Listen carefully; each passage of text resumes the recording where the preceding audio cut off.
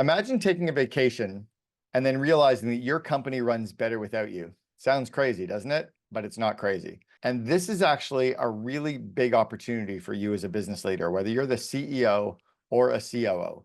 The best company that we can build is a company that doesn't need us, because then that frees us up to be more strategic and to spend more time growing people. So I've been a second in command in 3 different companies over the last 30 years. When I was the second in command for a franchising group that became Boyd Auto Body and Glass and is now called Gerber Auto Collision in the United States, I remember going away to India. This was 1997, and I went away to India for an entire month. Now, back in 1997, we were just getting access to the internet, but we didn't have email. We certainly didn't have videos. We didn't have cell phones like we have today. So I completely unplugged from the company for a period of 4 weeks. To be able to do that, I had to think very strategically about my business.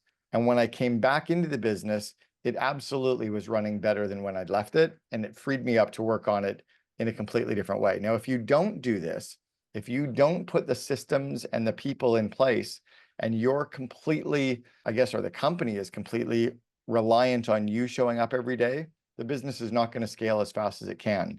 Your people are going to be coming to you for permission. Your people are going to constantly be coming to you for help. You're actually becoming the roadblock and the barrier to growth. So that's the first thing that happens. The second thing that happens inside of your organization, if your business requires you to be there day to day, is your team, your direct reports, don't have the confidence that you would like them to have to be able to make decisions, to be able to go faster, to be able to produce work quicker. But if they have the confidence, they're going to be able to take on more work. They're going to be able to do more work, even work that you don't necessarily have to spend time delegating to them. So some of the problems, if you don't work on this, are the business is actually going to be a lot slower. The business is certainly not going to be sellable, right? If you're a CEO of an organization and you ever want to build a company to sell, the company is either going to require you, let's say there's a company coming and acquiring your company or buying your company, they're going to need you to stay for the next 12 to 24 months because they realize the company can't operate without you. So now the company's value isn't as strong. But if they come in and look at the business, they look across the organization, they realize, wow, we don't even really need that CEO at all. That makes the company much more valuable, and they're willing to pay you a premium for that part of the business. The other thing that happens is that you as a leader, whether you're a CEO or a COO, if you set up this business to be able to run without you, you're going to be able to spend a lot more time being strategic, thinking about culture, thinking about opportunities for scale, maybe working on some of the strategic Rembrandts inside of your business. Rembrandts are maybe IP that are making your business more valuable, or parts of the business that if you spend time on could make the business grow faster, things like the flywheel or your hedgehog concept. And if you're spending time focusing on those key initiatives, your business will be worth more. But if you're so focusing on the day-to-day, if the business requires you to be active day-to-day, then you're not freed up to work on those bigger, higher impact areas of the business. Let me give you a couple of key points that you need to think about if you want to free up the company so it can operate without you. Here's number one. You need to take a look at the goals and the project plan for the next 12 months with your leadership and your management team, meaning that everyone needs to be on the same page. Where are you going? What's the plan to get there? And then you need to look at each specific project that is coming up over the next 3 months, 6 months, and 9 months, and ask yourself, do I have the right people? Do we have the right resources? And do the people have the skills and the confidence or the connections to make each of those projects through to completion? If you know that you have the right goals and the right plan to get there, and you know that you have the right people and they have the right skills and confidence to get the projects done, that should allow you to free yourself up. The second thing that you want to do is make sure that you've empowered each of the people on your team. So level one is you knowing that that plan and the skill sets exist. Level two is that they know that they have the skills and the confidence to get it done. So your job is to build the confidence so they can look at everything on their list and they go, you know what? Yeah, I got this.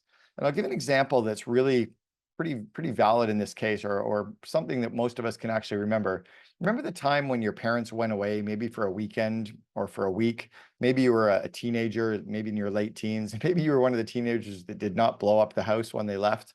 So your parents' job was to make sure that you understood where to get your food or how to cook your food, and if there were emergencies, who you could contact. And they knew that you knew how to drive to get yourself to any of your activities and how to manage your time. And all of a sudden you realized, yeah, I can kind of handle all of this, right? I don't maybe need to do my laundry during the week, or if I do, I know how to work the washing machine.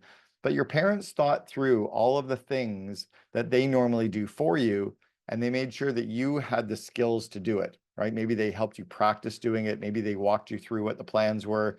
Maybe they left you some step-by-step instructions on the kitchen counter, that maybe some phone numbers of people you could call, so that you were like, yeah, I got this.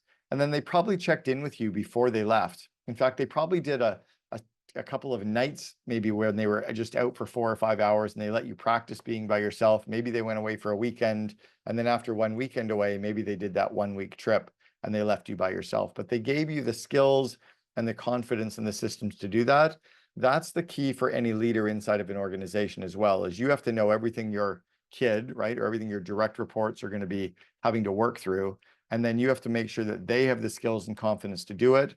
And then you have to make sure that level 2 is that they know that they have the skills and the confidence to do it. And then you actually have to step back and let them actually try it out. What ends up happening when you can remove yourself from the day-to-day, and this doesn't even need to be that you as the CEO or COO are leaving the organization for 2 or 3 or 4 weeks. It can just be that you're going to set them up for success on Monday. And then it's like, hey, I don't even want anyone to talk to me for the whole week. I'm not going to talk to you for the whole week. I'm not going to send you any Slack messages. Let's pretend I'm not even here. Maybe you get to just do some deep work during that entire week, and they're set up for success to work through their projects and their plan for that entire week. And then you touch base on Monday. Doing that 2 or 3 times with your team is really going to build their confidence and their skill set to be able to delegate more. And that really is what's going to set up your company for much more rapid growth. Now that you've learned how to build a business that thrives without you, what are the 5 stages that every entrepreneur needs to survive? Watch this video next, because you're not alone. And also take a look at watchcameron.com for your free training.